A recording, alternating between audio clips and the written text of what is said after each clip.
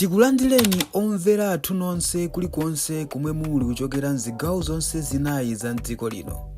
Dziwani kuti ife Dreams Media timakunyadirani kwambiri chifukwa munapanga chisankho chotsatira ife kuti tizikupatsirani zonse zomwe zikuchitika mdziko muno. All right, so go ahead. So my question is, why rural entrepreneurs get richer than city hustlers? Simple. People assume wealth is doing business in cities. But let's be honest, some of the most financially stable people in this country live quietly in rural and semi-rural areas. Okay. Not because they are lucky, but because their daily habits are disciplined, structured, and of course, they are focused.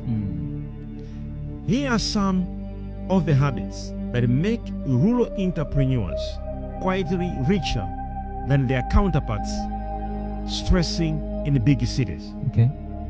I'm going to give you some of them. So number one, they wake up early and treat the morning like a business too. In rural areas, the day starts before sunrise. Work begins early. Customers arrive early and the money enters early. This discipline compounds over years.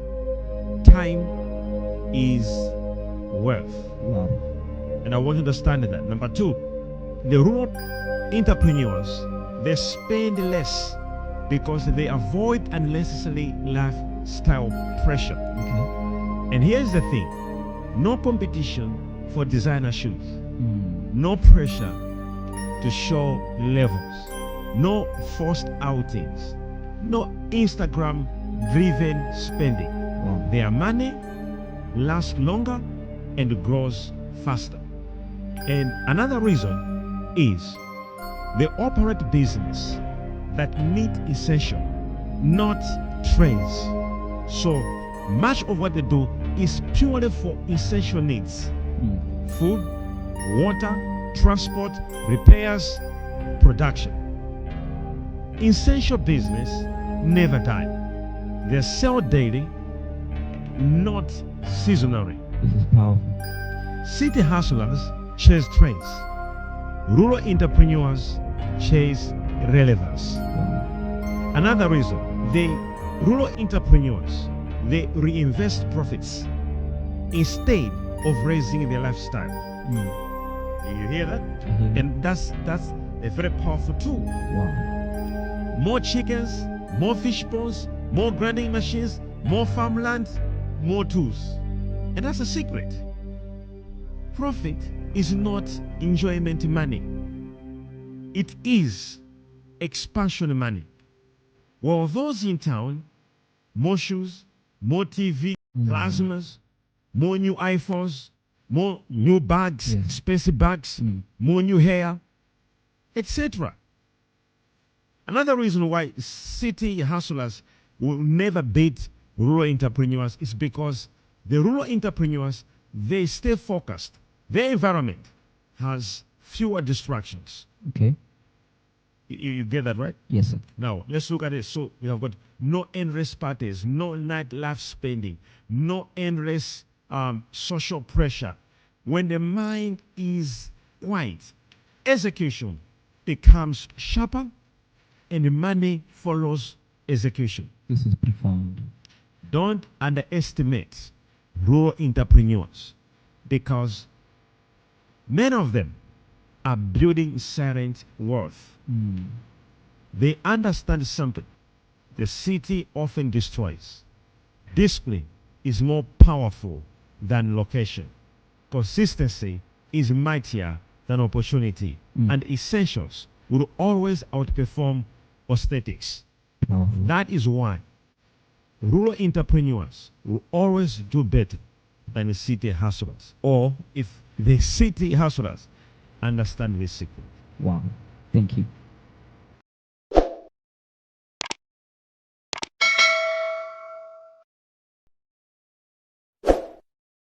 Kuchoka ku South Africa kubwerera ku Malawi mu chaka cha 2020 chinali chinthu chabwino chimene ndinazipangira. awa ndi mawu a Bushiri amene anayankhula dzulo pamene anapanga interview ndi wireless ina imene imaulusa mawu ya ku South Africa yotchedwa kuti ENCA. Ndaonera interview yonse ndeta tiyeni tikambirane zimene Prophet Shepherd Bushiri anakambirana ndi anthu aku South Africa wa. So ngati mukumbukira mbuyomo Bushiri anamangidwa ku South Africa and zaka za mbuyomo Bushiri anazichoka ku Malawi ndi kukakhala ku South Africa kumene ndithu anapanga chechi komanso ma business ambiri. He was doing well for himself. Okay, so zinapezeka zoti mu chaka cha 2020 Bushiri anamangidwa and amamutchaja ndi milandu yonena kuti money laundering komanso fraud. Later on inazapezeka zoti anthu ena anamba kunena kuti Bushiri anandigwiririra allegedly and milandu ija inalowaso ku khoti. So Bushiri anapanga interview iyi ndi cholinga chonena kuti yekha athe kupereka his side of the story pachati mati nkhani ili ndi mbali ziwiri, pali mbali ya munthu ina mbali ina. So interview iyi Bushiri anapanga ndi cholinga choti nayenso atuluse ku mbali yake popeza ma newspaper komanso ma wireless ambiri amangoonesa mbali imodzi yokha.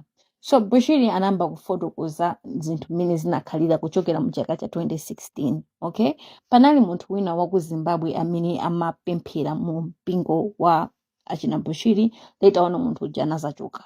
So munthu uja anamba kulemba zinthu Bushiri akugwiririra anthu, Bushiri this and that, and Bushiri anapita ku khoti kwamusumira munthu uja kuti ngati zomwe akunenazo zili zoona iye apereke umboni. Zinapeza kuti munthu uja analibe umboni and khoti inagamula unena kuti munthu uja rani asiye kulemba zimene zoyipa malemba za Bushiri zija. Now in 2017 zinapezeka zoti anthuno akuluakulu apolisi amene Bushiri watchula mayina ine sindatchula allegedly akuti anamba kupita kwa Bushiri makamuza kuti pase ndalama mwakuti ukapanda kuti pasa tikumanga iweyo kubwera apolisi akukumanga anytime from now. So Bushiri sudi analibe ndalama zija anali nazo komano yekha amangofuna kuti mlandu umene akuti afuna ndimange enewo ndikutiwo ndapalamula kuti. So yekha ananyamuka kupita kwa a police general anti-imeneyo asitole kanena kuti kukafusa kuti ineyo mlandu omwe ndili muli nawo against ineyo ndutiwo chifukwa kuti pali anthu ena amene akunena kuti ndapase ndalama, and to be exact ndalama zake amanena kuti 12 million kuti apase 12 million akapasa 12 million ndoti mlandu uja samudani samutsegulira mlandu osamumanga. Nde napeza kuti awa a police general anti-imeneyo anampanga lifa kwa munthu wina amene anali Minister of Intelligence. Okay, so Bushiri in 2017 atapita kwa police general kujedi napeza kuti anampasa affidavit, in affidavit yo adakali nayo mpaka panopa komanso kumakhotiko ali nayo. So anapita kwa Minister of Intelligence kumene kuchanaka kumana nawo, and the more zikuonesa kuti mmene Bushiri amakhala kumapanga report anthu amene akumuzunguza kuti pase ndalama ukapanda kuti pasa ndalama tikumangisa. Bushiri akamapita kwa anthu ati ukadandala kuti pale anthu awa akunena akundiopseza kunena kuti ndapase ndalama ndikapanda kuwapasa ndalama ndimangidwa, kuti mlandu umene mufuna munditsegulire olo mlandu ndili nawo ndikutiwo munthu ndabwera ineyo ndiuze ndi mlandu wanga. Zimapezeka zoti akapita umene kujaku makadandaula ndi pameneno zimakhala ngati kuti moyo wake ukhala pa chiopsezo. And in Pretoria anazapezeka zoti nthawi inake achoka nyumba kwawo akupita ku they were driving around kenaka audit imi tipita pa hotel tikadye lunch napeza kuti galimoto yake inabuka moto. Sonyezo kuti wina wake ndithu anagwiragwira galimoto yake ija kuti ipye itu plan yaoneyo kuti aphe allegedly. Okay, so zinthu ngati zimene zizi zinakhala zikupitirirabe. Alright, the more Bushiri akupanga report and zimapezeka zoti ndi mmene zinthu zake zikudani moyo wake ukhala pa chiopsezo. Right, so chinanso atsikana amene amanena kuti amapita kukamunenera Bushiri kuti amagwiririra wet mapezeka zoti mlandu atsikana aja akatsegula mlandu. Okay, atsikana analipo atsikana ambiri. So chodabwisa nchina kuti atsikanawo ndambiri ochokera ma province osiyana-siyana, you know. Zimapezeka zoti atsikana oseweti momoti apange report kuma polisi kwawo kumaso in different investigative officers zimapezeka zoti akupita kwa anthu omwe aja amene akumopseza Bushiri uchonena kuti ukapanda kuti pasa ndalama tiutsegula mlandu. Okay, I hope that makes sense. So yeah, the more Bushiri akupita ukapanga report is the more moyo wake umakhala pa chiopsezo.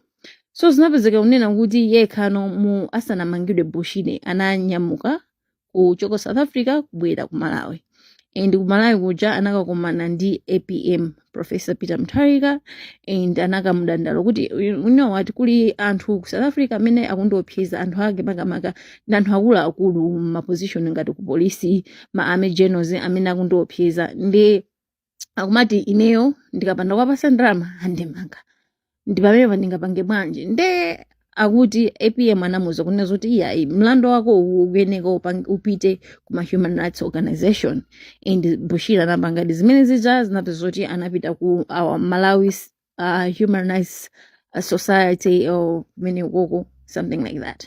Atapita umene kuja kunapeza kuti our Malawi Human Rights Society wa analembera chikalata ku South African Human Rights Society, kenaka nazapezeka zoti the Hawks were involved. Basi tumene kujaku chanzeru sichimachitika, ngakhale Bushiri akudandaula anthu aja sakumangidwa, komanso anthu aja akupitirizabe kumanani kumamopseza.